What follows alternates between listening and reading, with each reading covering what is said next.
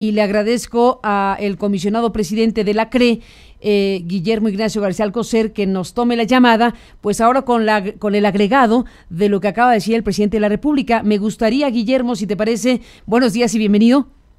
Muchas gracias, Carmen. Un saludo a ti, al auditorio, y felicidades por este nuevo espacio. Muchas gracias. Bueno, yo propongo que empecemos por lo inmediato. Te propongo porque acabamos de escuchar al presidente hablar de ti y anunciar que el próximo lunes dará información acerca de que te encuentras en una situación de conflicto de interés. Se refirió el presidente a tu opinión acerca de los perfiles de estas ternas que acabamos de escuchar en voz de Yadira, pues no están con la altura suficiente como se puede apreciar. Déjame regresar a lo que dijo López Obrador hace unos momentos en el cierre de la conferencia de prensa y regreso contigo para que nos digas qué respondes al respecto. Entonces, ayer que presento las ternas con técnicos, sale a declarar el presidente de este organismo, de esta Comisión Reguladora de Energía, de que estaban mal las ternas que yo proponía. Entonces, como tengo derecho de réplica por alusiones personales, pues voy a dar a conocer ahora de que el señor tiene conflicto de intereses y es el presidente de la Comisión Reguladora de Energía.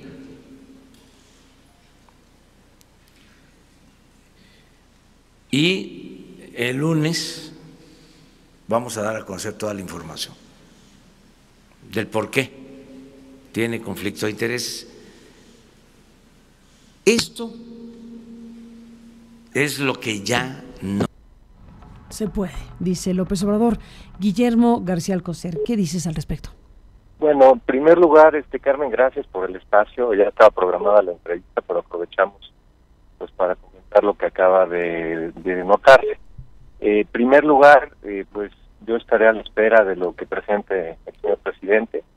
Te comento que soy un funcionario público de carrera, tengo 24 años en el servicio público ininterrumpidos y en toda mi carrera he hecho las declaraciones correspondientes ante la función pública, ante el SAT.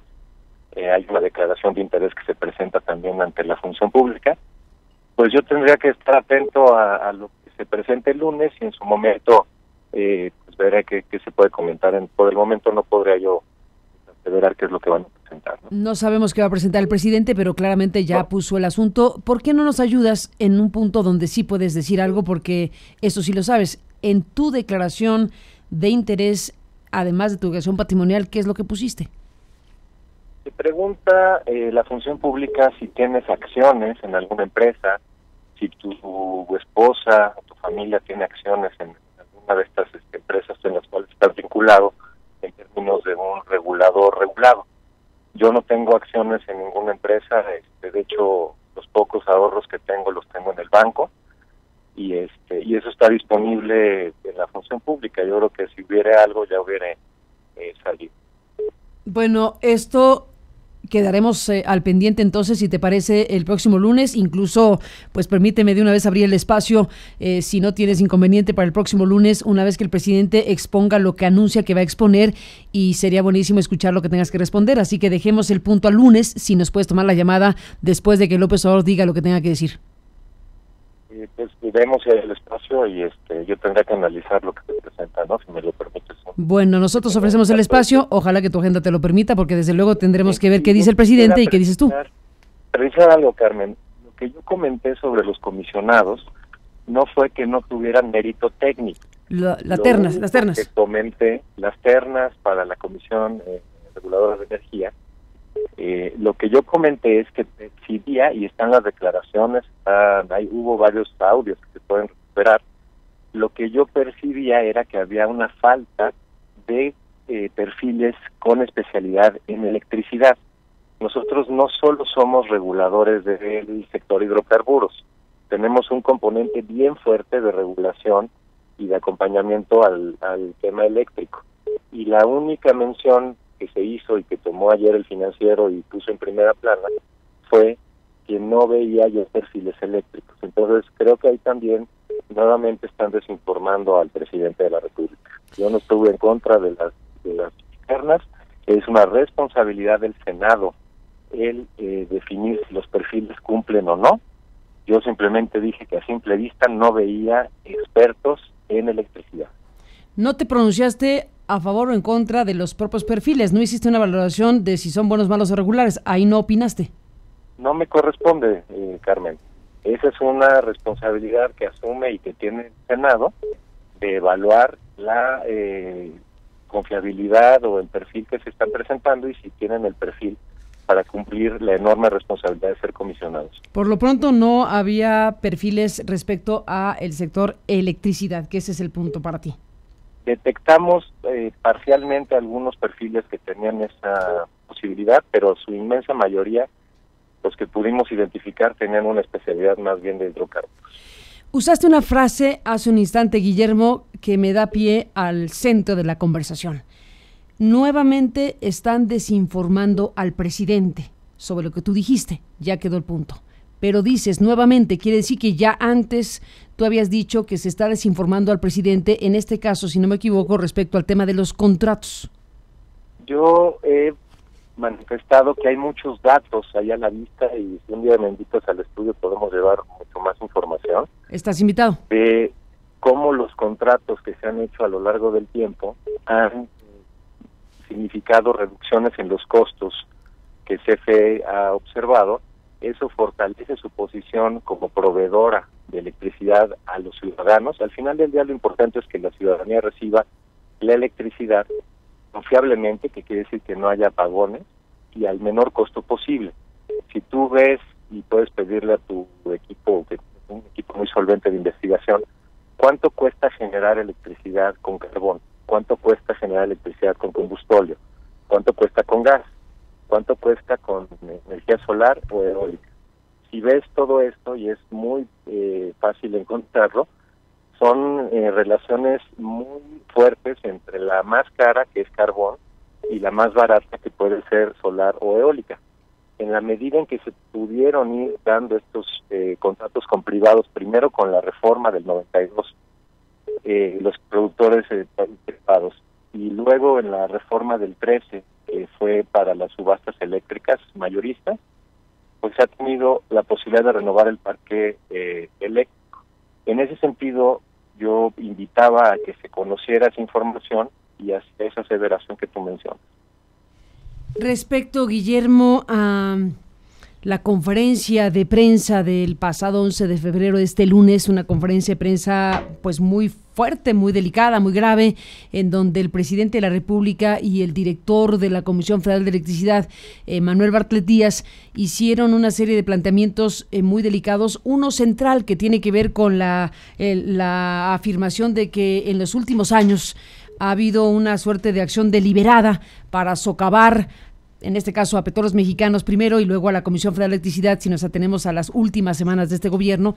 Y bueno, esta idea de que ha habido una puerta giratoria permanentemente en actividad, donde funcionarios públicos pasan al sector privado y viceversa, y esta circunstancia que en el planteamiento general, pues se traduce en que hay incluso la posibilidad de ilícitos, si nos atenemos a lo que se dijo incluso ya en comunicados de la Comisión Federal de Electricidad.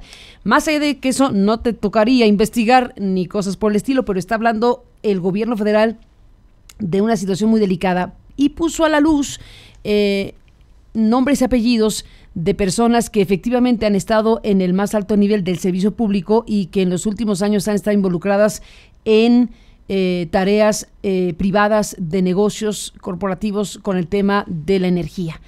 Se habló y se utilizó la palabra de contratos leoninos, entre otras cosas. Bueno, ¿qué opinión te merece el conjunto de afirmaciones que sobre estos temas se hicieron en la conferencia de lunes? Compete, que es la Comisión Reguladora de Energía. En ese sentido, sacamos un boletín de prensa, te lo podemos mandar si te parece. Pero cuéntame esencial, sí lo vimos, estamos en conversación para que la gente lo tenga en la mente. Nuestra labor se traduce en aprobar las bases del concurso.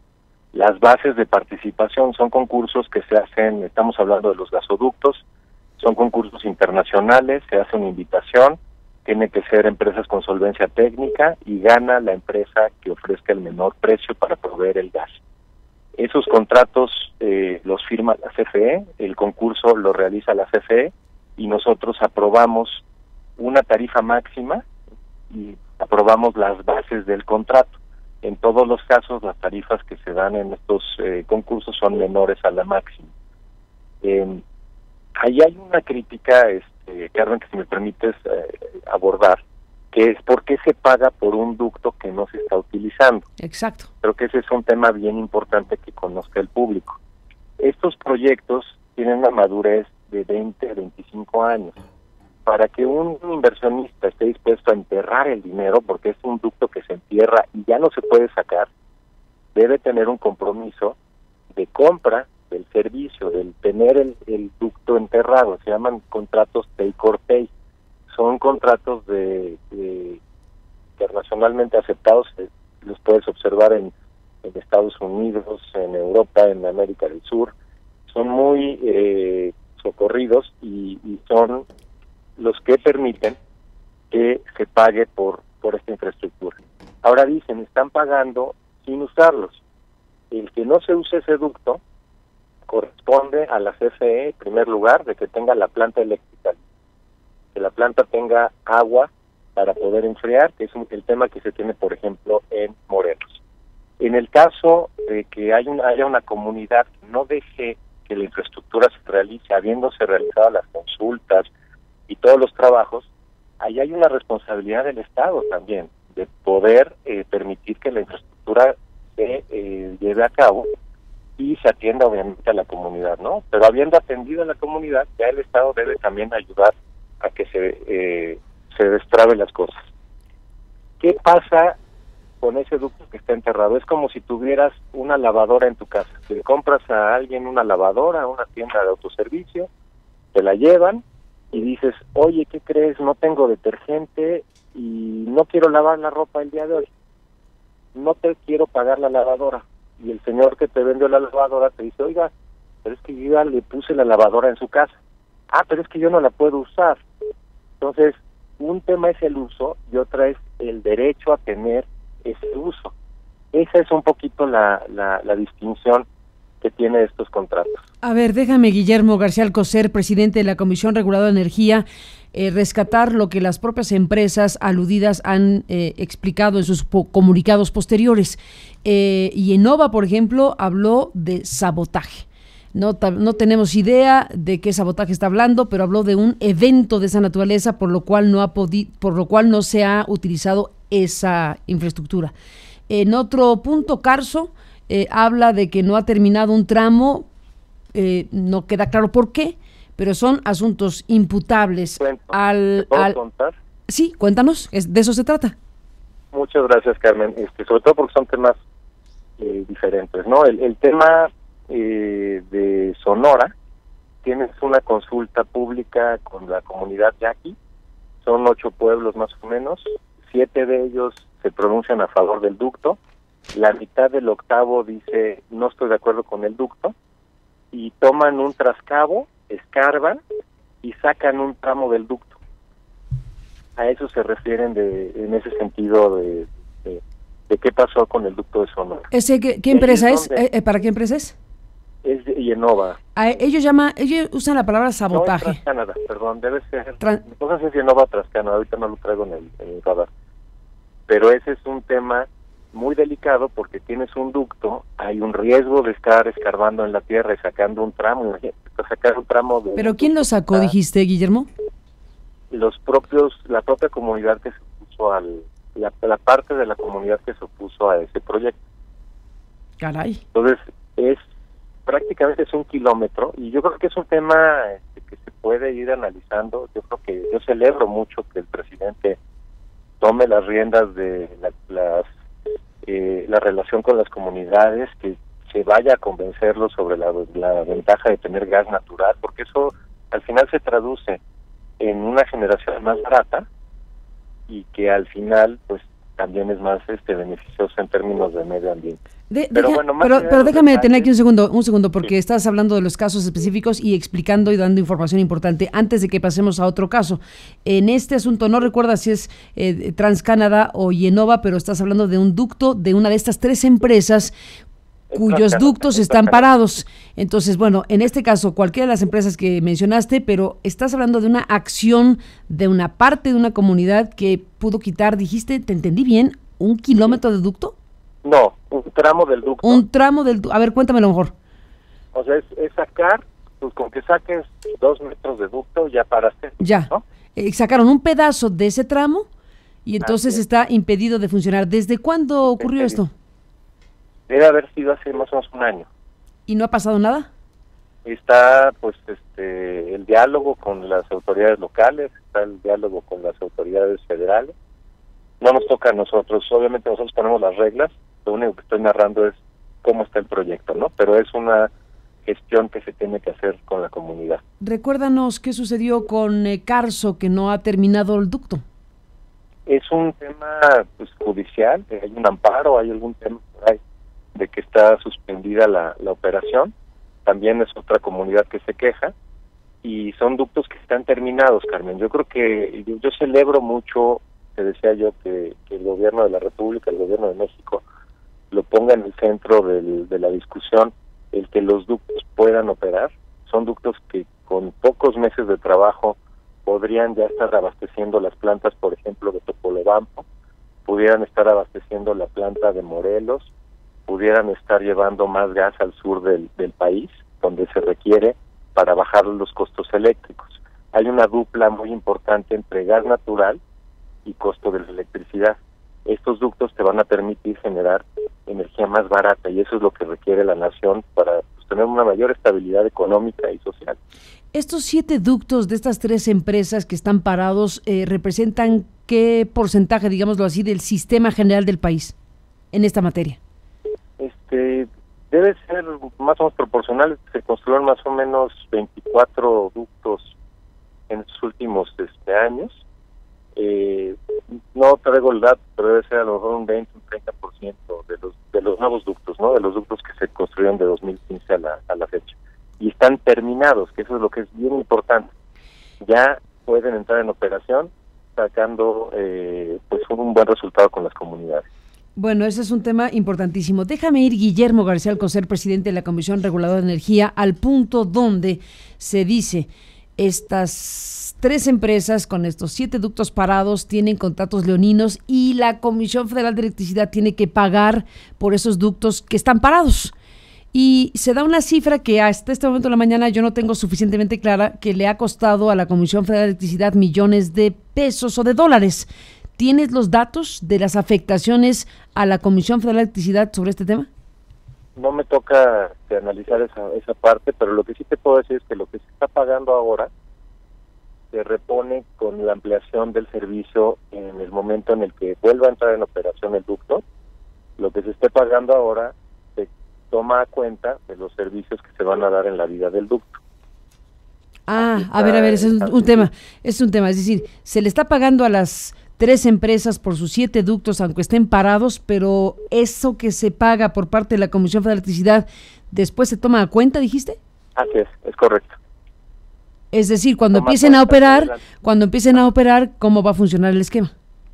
Cuando empiezan a operar, pues se sigue pagando, y los últimos meses de la vida del ducto, del servicio, se mantienen ya sin el pago, porque se reconoce el que se está haciendo en este momento. Es decir, el tiempo que tarde el tiempo que dure la inactividad de los ductos se va a cobrar al final del tramo. ¿Es una concesión o cuál es la figura? Es un contrato, es un contrato de servicio de transporte de gas natural. El ducto es de la empresa, los ductos son de las empresas, propiedad de las empresas. Así es, y lo que compra la CFE es el servicio, paga un servicio. ¿Por cuántos años? El ducto debe ser unos 20 años. Entonces, si se tarda 1 año, por decirlo así, por 1 año el ducto parado, entonces de esos 20 años se pagarán 19. 19, y Y el otro ya se pagó por anticipado, digamos. Así es correcto. Digámoslo así. Bueno, ese es un dato importante para saber el tipo de convenio o contrato. Tú dices, a la Comisión Reguladora de Energía, que es la que tú presides, le toca elaborar las bases de participación y también las bases de contratación, hasta dónde la CRE participa en el diseño del contrato de estas empresas para poner esos ductos.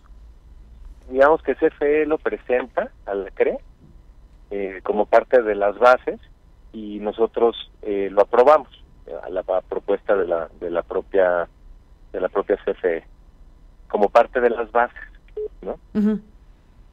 Pero la decisión, o sea, yo te llevo a ese territorio porque la palabra leoninos es muy fuerte y se está hablando de contratos leoninos. Yo te diría que esos contratos corresponden a la mejor práctica internacional. Si tú tomas un contrato que se ha firmado en Canadá o en Estados Unidos, nuestros socios comerciales del TLC, este es el tipo de contratos que se dan. Y obviamente tienen pues los acuerdos de cuándo se paga, cómo se paga, y lo que te mencionaba que es muy importante, estas inversiones no se puede sacar el ducto y llevárselo a otro país o a otra región del país. Una vez que entierras el ducto se queda ahí. Uh-huh. Y lo que se quiere es una garantía de continuidad en el pago, que es famosa cláusula de pay for pay. Déjame, Guillermo García Alcocer, cerrar esta conversación a reserva de seguir conversando contigo con el tema que tiene que ver, digámoslo así, con la invitación, no sé cuál es la palabra, con el adelanto de que el gobierno de la República y la Comisión Federal de Electricidad van a plantearle a las empresas revisar esos contratos que la autoridad considera son leoninos. ¿Qué opinión te merece que esos contratos ya firmados y en curso con estas características pudieran ser revisados desde el gobierno con las empresas? Los contratos siempre tienen una cláusula de revisión, una cláusula en que las partes pueden sentarse en una mesa y acordar modificar los términos del contrato. Eso se lleva bajo una práctica de legislación mercantil comercial. Las dos partes tienen que estar de acuerdo en modificar el contrato. Eso es lo que es bien importante, ¿no? ¿Ves materia para que se revisen esos contratos en función de lo que ha ocurrido y está ocurriendo? Pues no soy un experto en contratos. Yo creo que hay valía en argumentos de las dos partes. Pues es cosa de que se sienten y vean en qué términos se puede revisar. Obviamente, lo reitero, siempre va a tener que ser con el acuerdo de las partes. Pues Guillermo García Alcocer, presidente de la CRE, te agradezco que nos tomes esta llamada. Estamos a la espera de lo que vaya a decir el presidente de México el próximo lunes, como lo ha anunciado respecto a tu persona y a un presunto conflicto de interés que te atribuye. Veremos qué dice el presidente, veremos qué dices tú sobre esta parte y veremos qué pasa con los contratos con la autoridad mexicana y con las empresas y funcionarios y exfuncionarios que se han manifestado a lo largo de toda esta semana. Así que sigamos en contacto, Guillermo, si me lo permites. Gracias y muy buenos días. Un abrazo, Carmen, un buen fin de semana y un saludo al auditorio. Gracias, Guillermo García Alcocer. Pues ahí está el presidente de la CRE con estos temas y bueno, queda ahí lo que